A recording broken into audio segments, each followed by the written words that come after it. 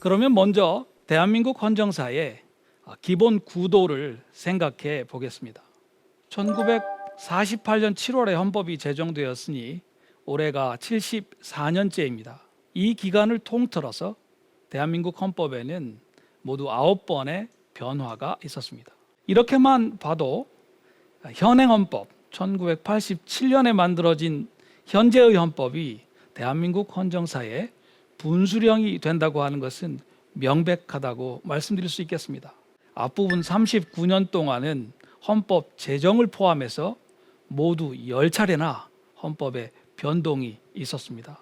이것은 거의 4년에 한 번씩 헌법이 바뀐 꼴인데 1987년에 만들어진 현행 헌법은 35년째 효력을 유지하고 있기 때문입니다. 물론 최근 한국 사회에는 헌법 개정이 너무 어렵다라는 이야기가 나올 만큼 현행 헌법의 개정 요구가 두드러지고 있기는 합니다. 현재의 헌법 이전의 헌정사를 살펴보면 누구라도 뭔가 대한민국 헌정을 불안정하게 만든 요인이 있지 않았을까 짐작할 수가 있을 것 같습니다. 네, 그렇습니다. 바로 한국 전쟁입니다.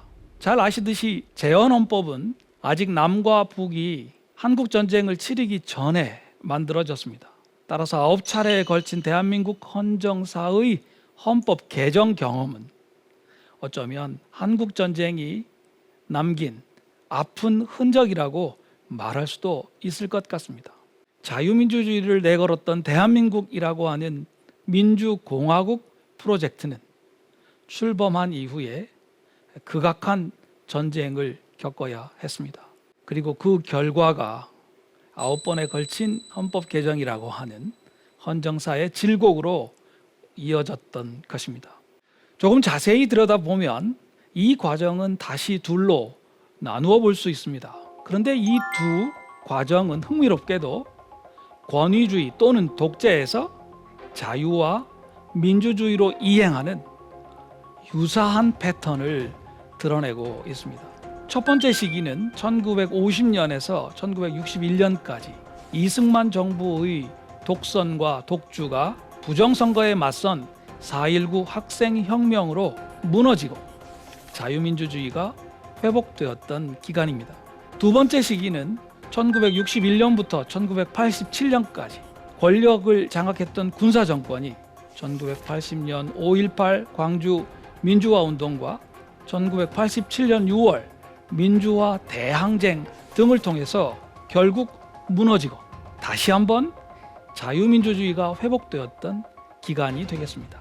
자, 이렇게 보면 74년의 대한민국 헌정사는 크게 4시기로 구분할 수 있겠습니다. 첫째는 1948년에서 1950년까지의 헌법 제정 기간이고, 둘째는 1950년에서 1961년에 이르는 군사정권 이전의 민주화 기간이 되겠습니다. 세 번째는 1961년에서 1987년에 이르는 군사정권이 들어선 이후 기간이고, 네 번째는 1987년 민주화 이후에 지금까지, 즉 현행 헌법의 기간이 되겠습니다. 사실 제가 가르치는 헌법 교과서에는 이제 군사 정권 기간 동안에 유행했던 이 공화국 구분을 받아들여 가지고 제1공화국에서 제6공화국까지로 나누는 경우가 제법 많이 있습니다. 그렇지만 이 공화국 구분은 민주화 이후에 태어난 세대들에게는 별로 현실성이 없는 것 같습니다. 오히려 제가 지금 말씀드린 대로 1987년에 제9차 헌법 개정을 분수령으로 삼아서 한국전쟁이라는 대재앙에도 불구하고 자유민주주의를 내건 민주공화국 프로젝트의 본 궤도로 돌아오는 일종의 위기 극복 과정으로 대한민국 헌정사를 이해하는 것이 낫지 않을까 생각합니다. 일단 오늘 강의에서는 지금까지 말씀드린 시대 구분에 따라서 대한민국 헌정사를 살펴보겠습니다. 재헌헌법은 잘 아시듯이 1948년 5월 10일 헌법제정회의 의원 선거를 통해서 선출된 198명의 의원들에 의해서 제정되었습니다. 재헌헌법의 내용은 굉장히 중요한데요. 시간 관계상 중요한 특징 4가지만을 짚어보도록 하겠습니다. 첫 번째, 가장 중요한 포인트인데요. 대한민국 헌법을 제정하는 주체로서 헌법 전체의 주어라고 할 수 있는 우리들 대한민국이 드디어 출현한 것입니다. 재헌헌법의 전문은 이렇게 시작합니다. 유구한 역사와 전통에 빛나는 우리들 대한국민은, 우리들 대한국민의 존재가 드러나는 것으로부터 헌법이 시작되는 것입니다. 바로 이 우리들 대한국민은 1919년 3.1 독립만세운동 이래 한반도에서 이 민주공화국 프로젝트를 추진해온 주체라고 말씀드릴 수 있습니다. 또 재헌헌법 제정 이후에 지금까지의 74년 헌정사의 연속성을 보장하는 주체라고도 말씀드려야 하겠습니다. 그러니까 재헌헌법은 물론이려니와 9차례에 걸쳐 개정된 헌법의 모든 텍스트는 바로 이 우리들 대한국민의 작품인 셈입니다. 그렇다면 재헌헌법 전문이 말하고 있는 이 우리들 대한국민은 구체적으로 누구를 지칭하는 것이겠습니까? 흥미롭게도 재헌헌법의 텍스트는 이 문제에 대해서 적극적인 규정을 한사코 마다하는 것처럼 보입니다. 대한민국의 국민이 되는 요건은 법률로서 정한다. 당시 우리의 헌법, 재헌헌법을 보면 우리들 대한국민에 관한 별다른 단서나 암시를 헌법 본문에서 주고 있지 않습니다. 대한민국의 국민이 되는 자격을 법률로 정한다라고 짐짓 미루기까지 합니다. 왜 그렇겠습니까? 강의를 들으시는 여러분이나 저 같은 이 한반도에서 살아온 대한국민은 재헌헌법의 이와 같은 태도에서 다른 나라 사람들은 잘 알기 어려운 깊은 안타까움을 찾을 수 있을 것입니다. 제2차 세계대전 이후에 세계가 동서냉전 구도로 재편되고 있는 상황이었습니다. 남북의 분단을 피할 수 없는 상황이 닥쳐 있었습니다. 그렇기 때문에 우리들 대한국민을 대표할 재헌의회 의원 선거의 유권자는 우리들 스스로 정한 것이 아니고 불가피하게 주한미 군정의 군정 법령에 의해서 정해져야만 했습니다. 나아가 유엔의 감시가 불가능했던 38도선 이북 지역에서는 재헌의회 의원 선거 자체가 이루어지지 못했습니다. 이렇게 보면 스스로에 대한 적극적인 규정을 마다하고 헌법이 아니라 법률에 대한민국 국민의 자격을 정하라고 짐짓 미루는 재헌헌법의 태도에는 짐작되는 측면이 있습니다.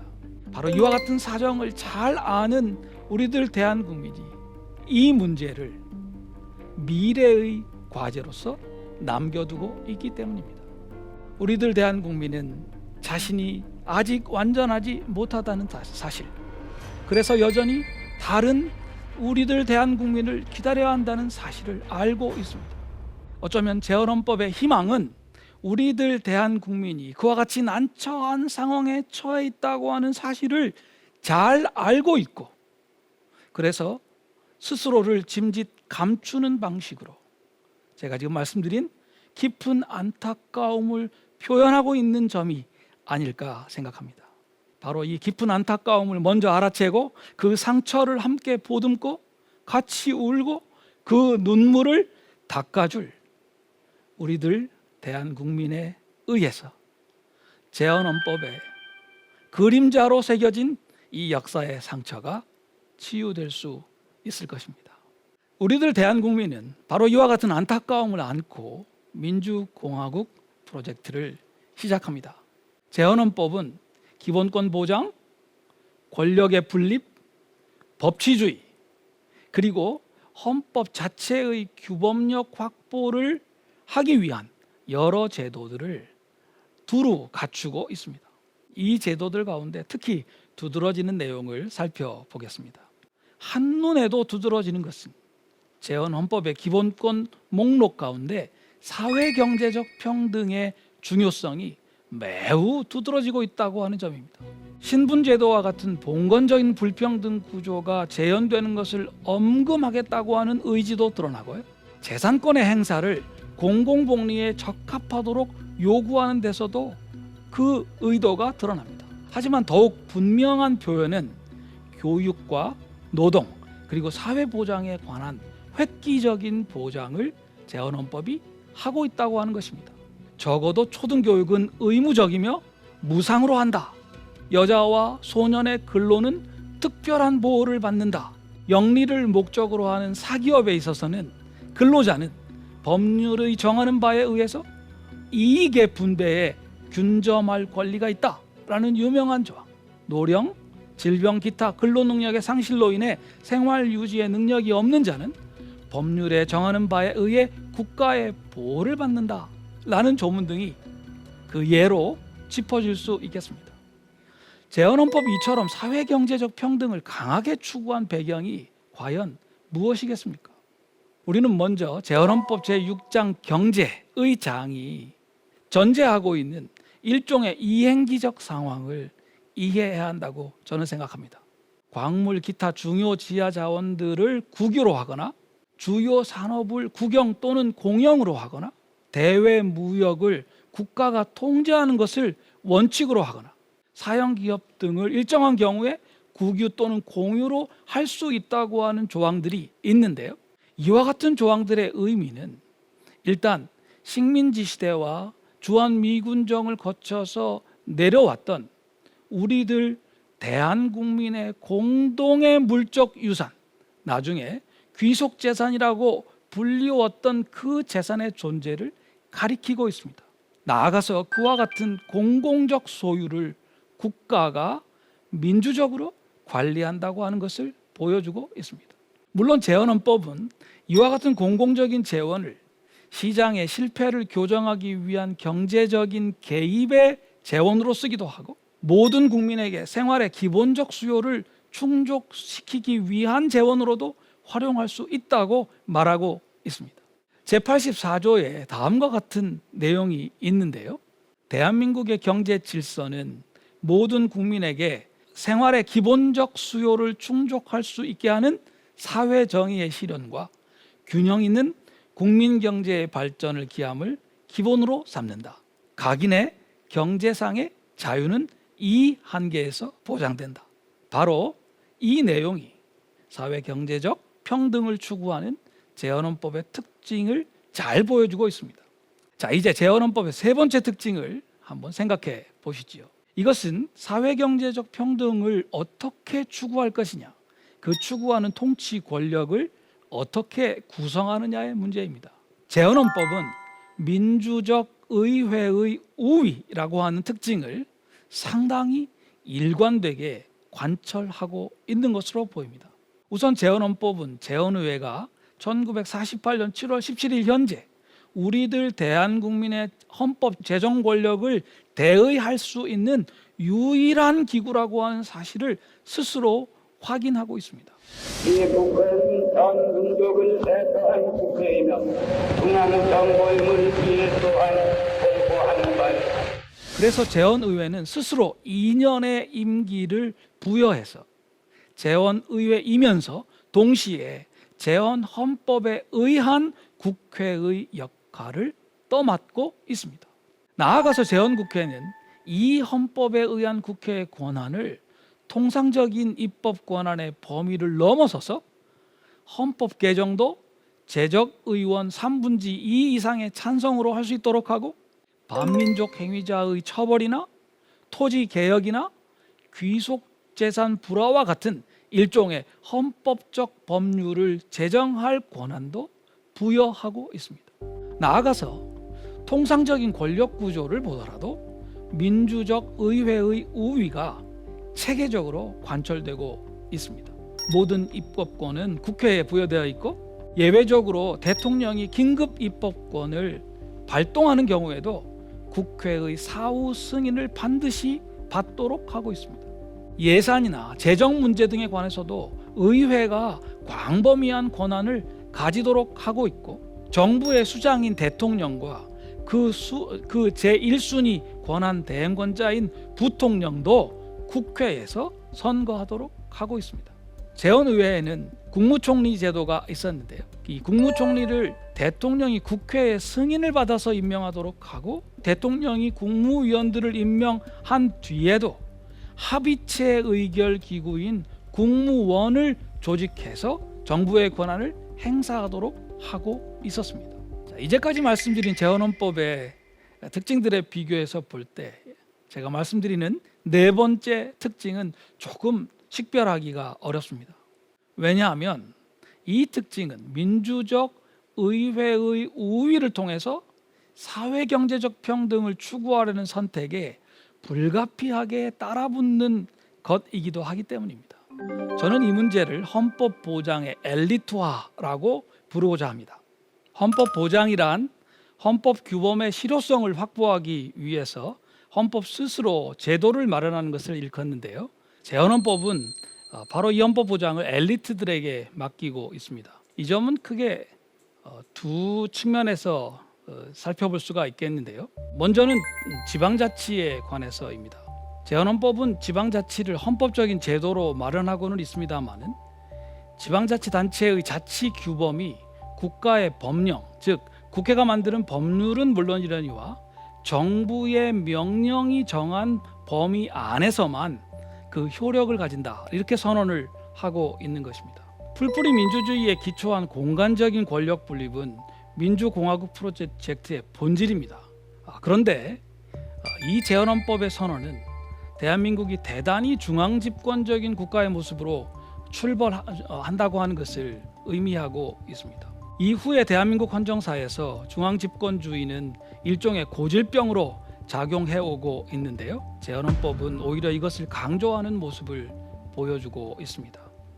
두 번째로 재헌헌법은 사법권을 법관으로서 조직되는 법원에 맡기고 배심제도나 참심제도처럼 사법과정에 국민이 참여하는 제도를 일절 배제하고 있습니다. 이와 같은 태도는 헌법 규범의 실효성 보장을 한마디로 법률가들에게 맡기려는 것이다, 이렇게 말할 수도 있습니다. 헌법에 직접 나오지는 않습니다만 잘 아시는 대로 수사권과 수사지휘권, 기소권과 불기소권, 공소유지권, 형집행권 등 형사사법 절차의 모든 공권력을 법률가인 검사에게 집중시킨 것도 마찬가지 태도라고 할 수 있겠습니다. 자유민주주의를 법률가에게 지키라고 한다는 의미에서 이것은 일종의 법률가 수호자주의다, 이렇게 말씀드릴 수 있겠습니다. 이처럼 재헌헌법은 지방자치를 최소화하고 법률가에게 헌법 수호의 의무를 맡기는 방식으로 헌법 보장의 엘리트화를 제도화하고 있다고 생각합니다. 그렇기 때문에 우리들 대한국민은 민주적 의회에 대한 선거를 통해서만 정치적 의사를 표현할 수 있었던 것 같습니다. 헌법 개정을 포함해서 모든 입법권과 대통령의 선출권을 포함한 인사권의 핵심을 민주적으로 구성된 의회가 가지고 있고 행정과정이나 사법과정에 대한 국민 참여가 일체 불가능하고 국민투표, 국민발안, 국민소환 같은 직접민주주의 제도도 마련되어 있지 않았기 때문입니다. 게다가 앞서 말씀드렸듯이 풀뿌리 민주주의 역시 법령의 범위 내로 제한되고 있었습니다. 그렇기 때문에 만약 어떤 이유가 되든지 간에 민주적인 의회가 우리들 대한국민의 정치적 신뢰를 상실하게 된다면 재헌헌법의 권력 구조는 뿌리가 흔들릴 가능성이 있었습니다. 그리고 바로 이 가능성은 민주적 의회의 우위에 도전하는 여러 정치 세력들에게 언제든 활용 또는 악용될 수 있었습니다. 재헌의회는 스스로의 결정으로 이 헌법에 의한 국회의 역할을 담당하기로 하면서 민주적 의회의 우위를 통해서 사회경제적 평등을 추구하는 과제를 스스로 떠맡았습니다. 재헌의회가 대한민국의 제1대 국회가 되었던 것이고 따라서 헌법 제정을 포함해서 재헌국회의 행위에 대한 우리들 대한국민의 평가는 2년 뒤인 1950년 5월 30일 제2대 국회의원 총선거까지 미뤄질 수밖에 없었던 것입니다. 바로 이 기간에 재헌국회는 이승만 박사를 대통령으로 선출한 것에서 시작해서 새로운 국가기구의 인적 구성을 마무리했습니다. 또 반민족 행위자 처벌법이나 국가보안법과 같은 비상입법을 제정했고 논란을 많이 겪었습니다만 농지개혁법과 귀속재산처리법을 입법해서 시행했습니다. 그래서 이 모든 작업이 끝난 뒤에 벌어진 제2대 국회의원 총선거는 헌법 제정 기간의 총 결산인 동시에 재헌 국회의원들에 대한 일종의 신임 투표의 성격을 가질 수밖에 없었던 것입니다. 그러면 그 결과는 어떠했을까요? 1950년 5월 30일 총선거의 결과는 두 가지로 요약할 수 있을 것 같습니다. 먼저 우리들 대한국민은 재헌국회의 헌법 제정 결과를 사후 추인했다고 말씀드릴 수 있겠습니다. 하지만 그 과정을 주도했던 재헌국회의원들에 대해서는 거의 완전한 물갈이를 이뤄냈다고도 말씀드릴 수 있겠습니다. 재헌국회의원들 많은 분들이 새로 출마를 하셨습니다만 그 중에 오로지 31명만이 재선되었고 새로 당선된 무소속 의원들 가운데는 조소황, 안재홍, 원세훈 등 2년 전에 재헌의원 선거에 참여하지 않았던 중도파 인사들이 많이 포함되어 있었기 때문입니다. 만약에 재헌헌법이 원래 초안대로 의원 내각제 정부 형태를 가지고 있었다면 1950년 5월 30일의 총선거는 당연히 정권 교체를 갖고 왔을 겁니다. 재헌헌법은 추인하되 통치 권력을 행사할 인물과 세력을 바꾸겠다라고 하는 것이 우리들 대한국민의 정치적 의사였던 것입니다. 그러나 대단히 유감스럽게도 이와 같은 의사는 제대로 관철될 수가 없었습니다. 그 이유는 크게 세 가지인데요. 첫째는 1950년 6월 19일에 시작된 제2대 국회가 그 조직을 채 완료하기도 전에 한국전쟁이 발발했기 때문입니다.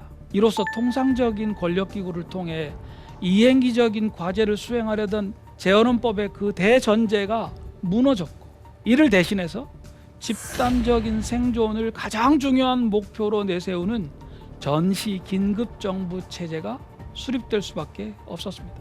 두 번째로 이 과정에서 1950년 5월 30일 총선거에 나타냈던 우리들 대한국민의 정치적 의사가 왜곡될 수밖에 없었습니다. 국회의원들 중에 많은 수가 피살, 납북, 실종되셨고 이런 상황에서 제2대 국회는 당분간 전시 긴급정부 체제 아래서 위축된 역할을 수행할 수밖에 없었던 것입니다. 세 번째는 전시 긴급정부 체제의 수립을 통해서 이승만 대통령의 권력이 극적으로 강화되었던 것입니다. 사실 5월 30일 선거의 결과는 이승만 대통령에게 상당한 타격일 수밖에 없었는데요. 한국전쟁의 발발은 아이러니하게도 대통령의 비상 입법 권한 행사를 통해서 그 권력을 극적으로 강화할 수밖에 없었습니다. 아직 한국전쟁이 진행 중이었던 1952년에서부터 시작해서 87년까지 앞서 말씀드렸듯이 대한민국은 9차례에 걸쳐서 헌법을 개정했습니다. 이 시기를 둘로 앞에서 나누었는데요. 그 각각은 권위주의 또는 독재에서 자유와 민주주의로 이행하는 유사한 패턴을 보이고 있습니다.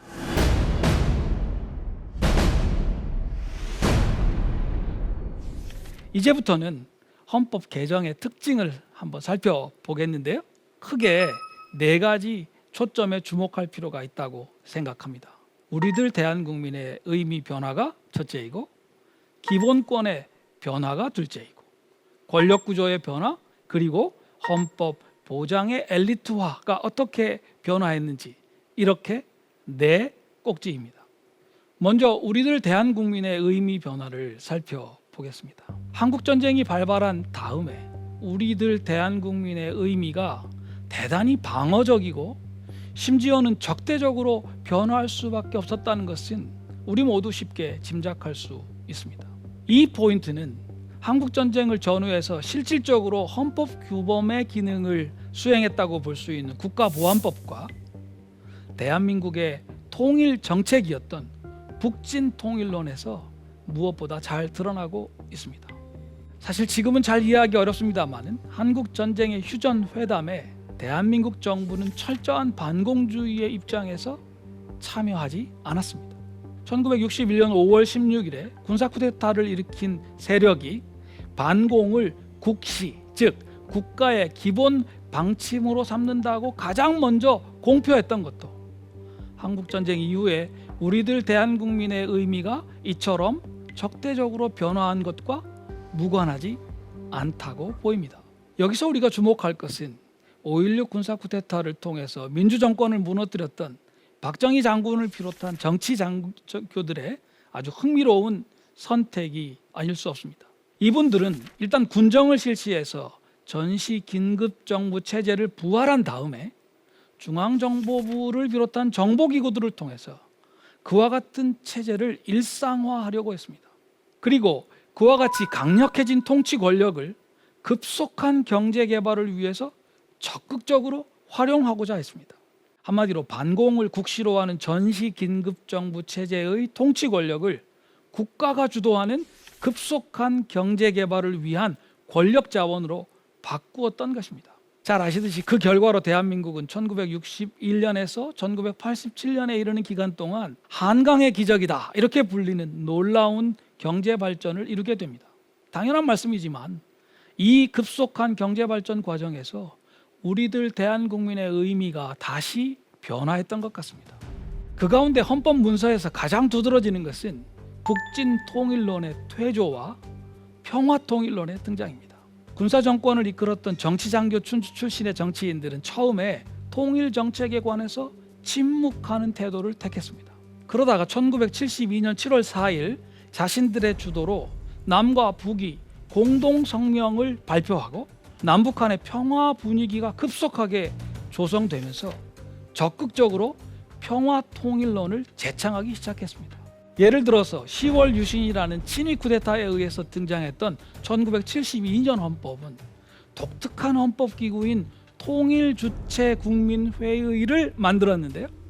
이렇게 규정하고 있습니다.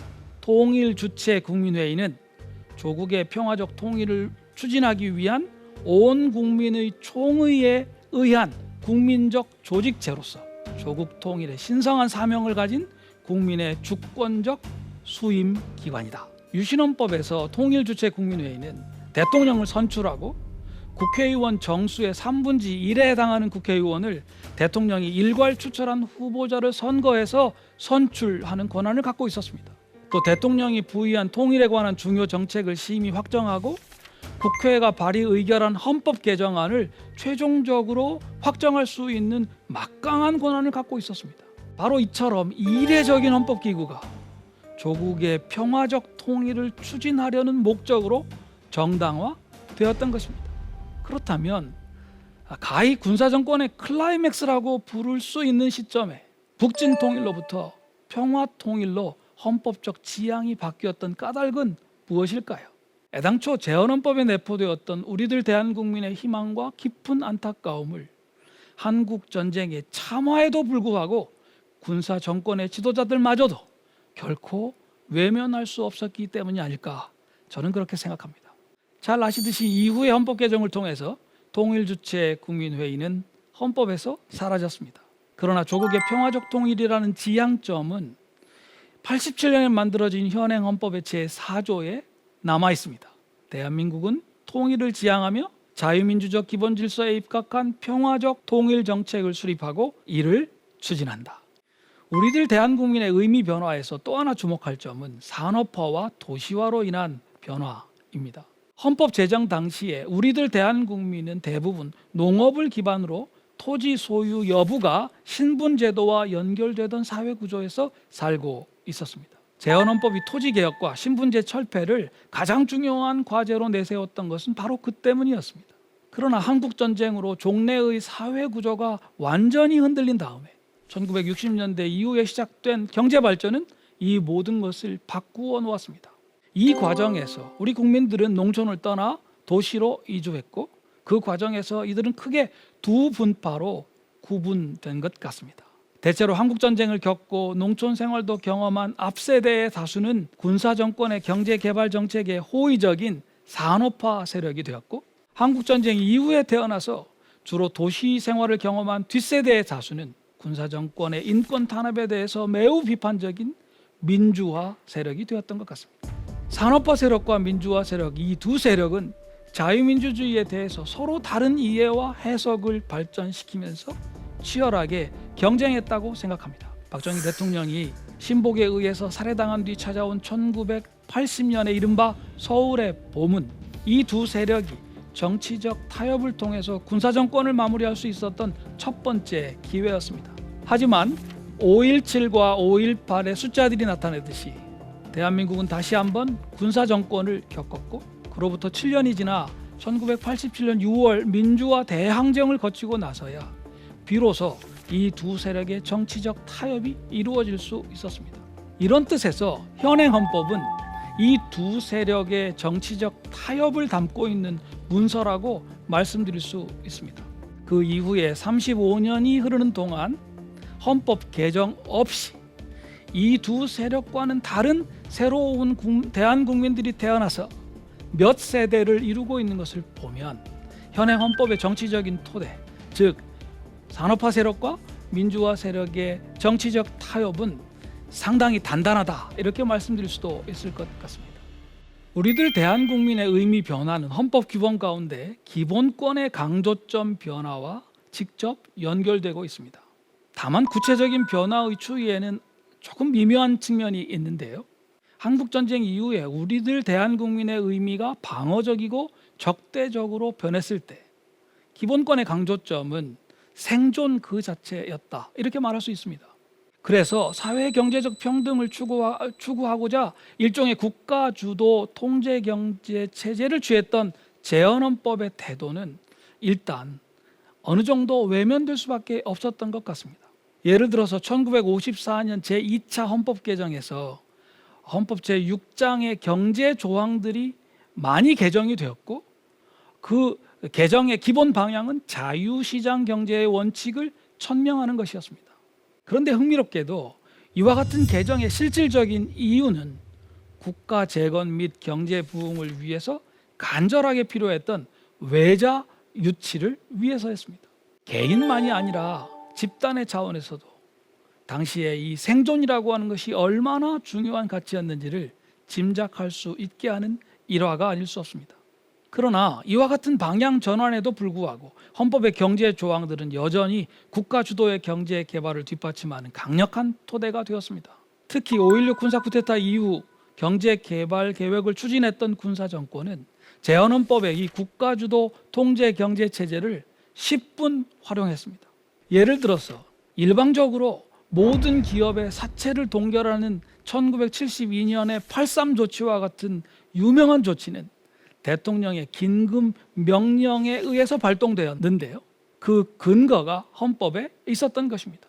나아가서 1970년대 후반에는 의료보험 제도를 필두로 해서 지금까지 이어지고 있는 사회보장 제도들이 시작되었습니다. 그 토대 역시 헌법에 있었던 것입니다. 기본권의 변화와 관련해서 저는 특히 군사 쿠데타를 주도했던 정치 장교들이 주도해서 만들었던 1962년의 제5차 개정헌법의 변화를 주목해보고 싶습니다. 초점은 두 가지인데요. 첫째는 당시 헌법 제4장 경제의 첫 조항인 111조 제1항의 문장입니다. 대한민국의 경제 질서는 개인의 경제상의 자유와 창의를 존중함을 기본으로 한다. 이 문장은 재헌헌법 이래의 원칙 조항인 국가는 모든 국민에게 생활의 기본적 수요를 충족시키는 사회정의의 실현과 균형 있는 국민경제의 발전을 위해서 필요한 범위 안에서 경제에 관한 규제와 조정을 한다라는 조항을 2항으로 밀어내고 새로운 원칙 조항이 되었습니다. 두 번째는 제8조의 문장입니다.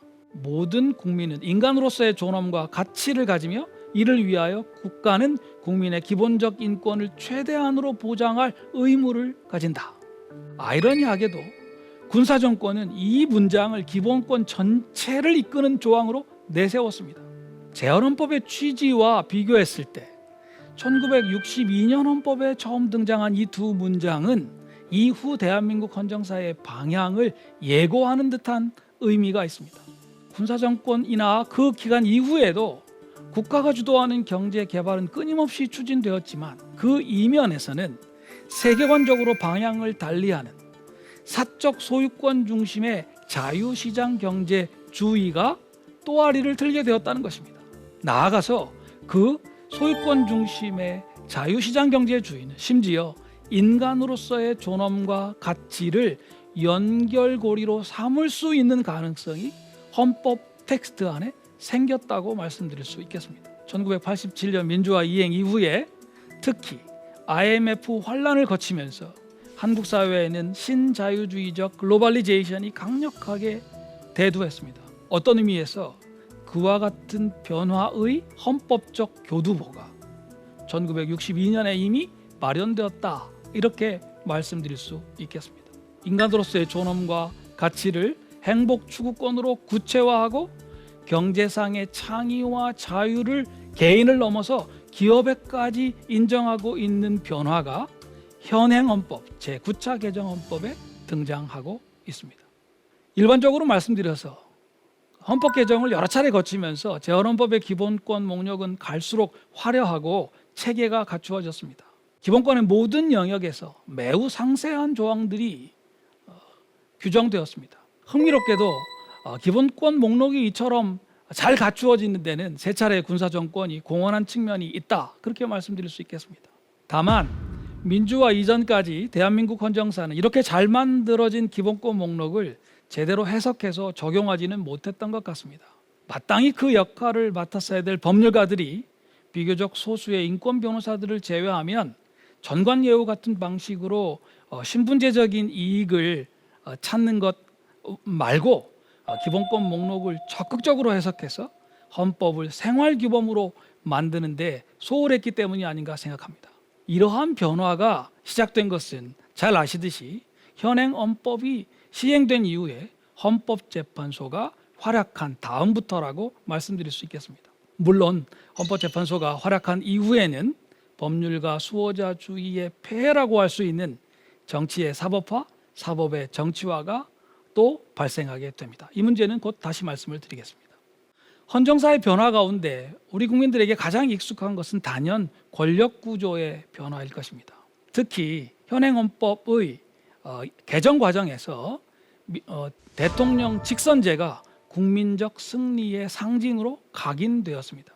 하지만 국면을 세심하게 살펴보면 이 대통령 직선제만으로 권력구조의 변화를 설명하기는 조금 어렵다고 생각합니다.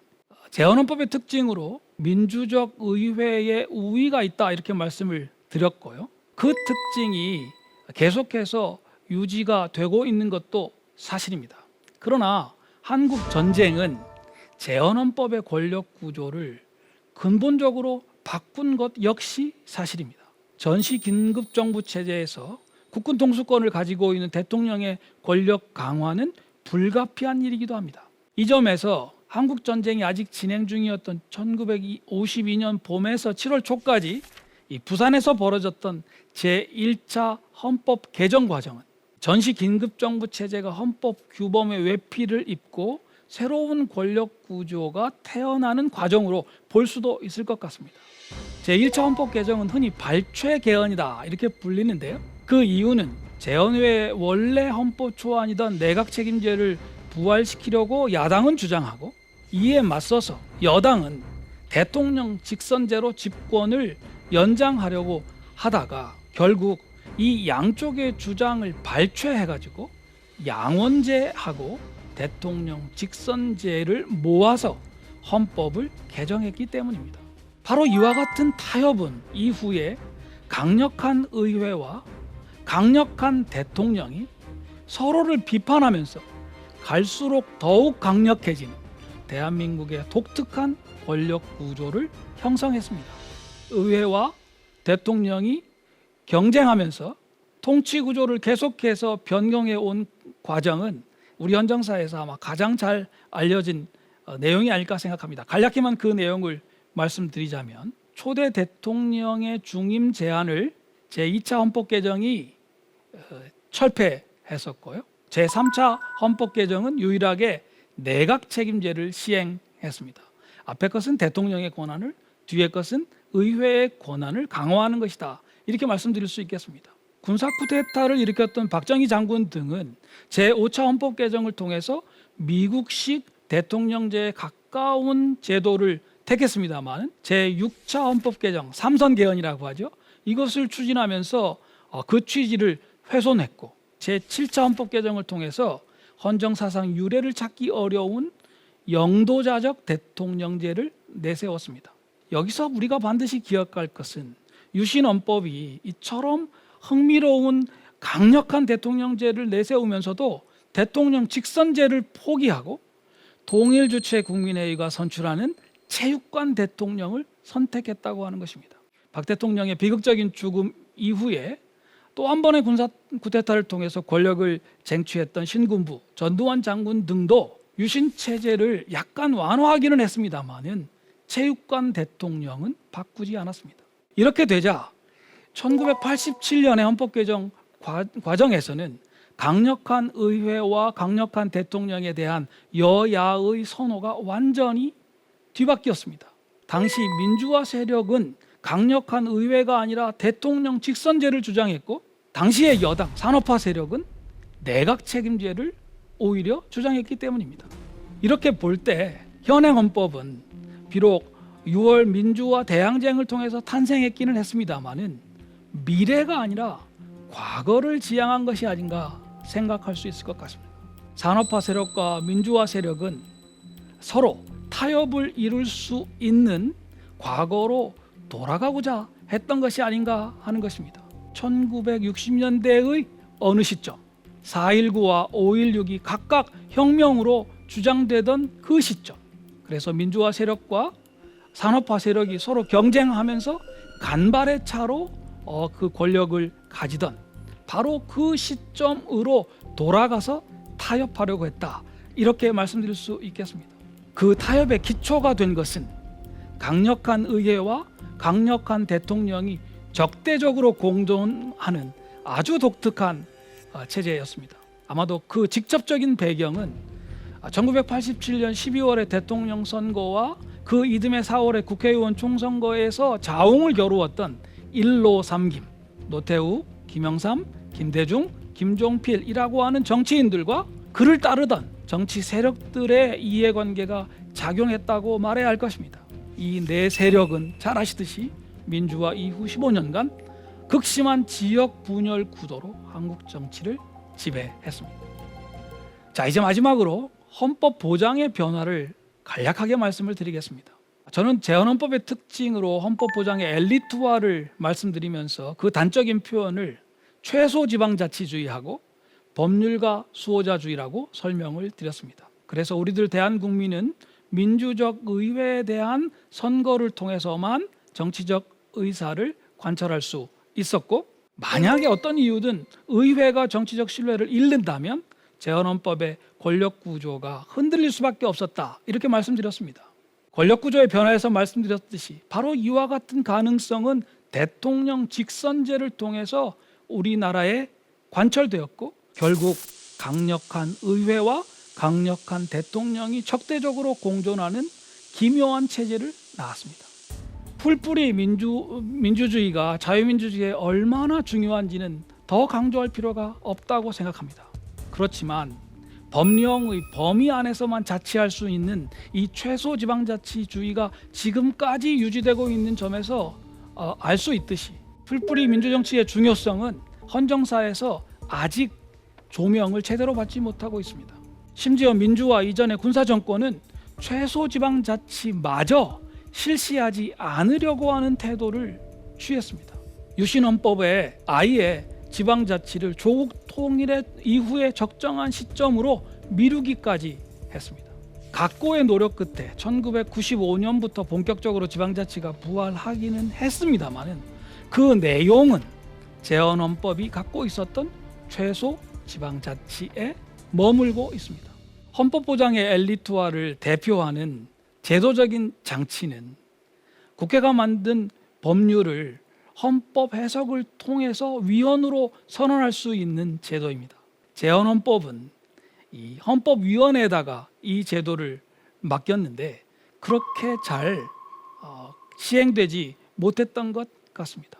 내각 책임제를 선택했던 제3차 개정헌법은 헌법재판소 제도를 도입하기는 했습니다마는, 그리고 일부 사법민주화도 시도를 했습니다마는 5.16 군사 쿠데타가 일어나면서 실제로 시행을 하지는 못했습니다.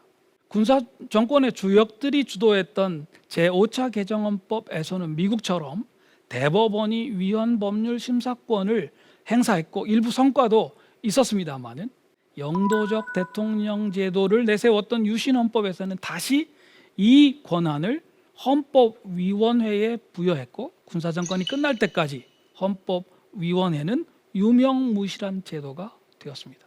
결국 제헌헌법이 선택했던 헌법 보장의 엘리트와는 별다른 효과를 보지 못했고, 그러면서 우리 대한민국 헌정사에는 헌법에는 규정이 없지만 독특한 헌법 보장 수단이 국민들에 의해서 발달하기 시작했습니다.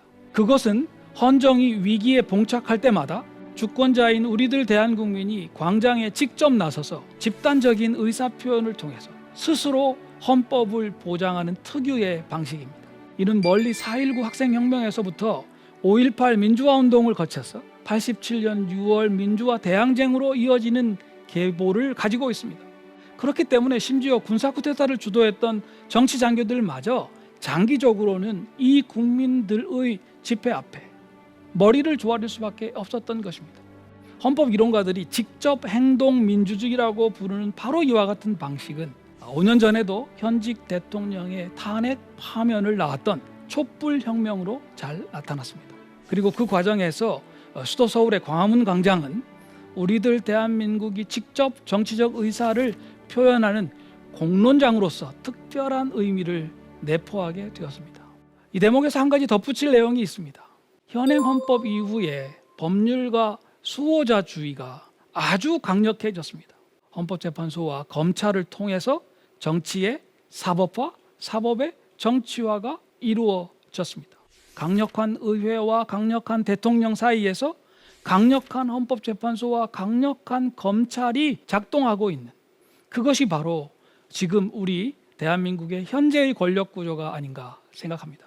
그렇다면 우리는 직접 행동 민주주의와 법률과 수호자주의의 관계를 어떻게 설정해야 하는지 생각하지 않으면 안 되게 되었습니다. 지금 한국 사회에서 검찰개혁을 포함한 사법개혁이 중대한 정치적인 현안이 되고 있는 것은 대한민국 헌정사의 흐름에서 결코 우연한 일이 아닌 것 같습니다. 민주적 의회의 우위를 통해서 사회 경제적 평등을 추구하는 것, 이것이 바로 제헌헌법의 요점입니다.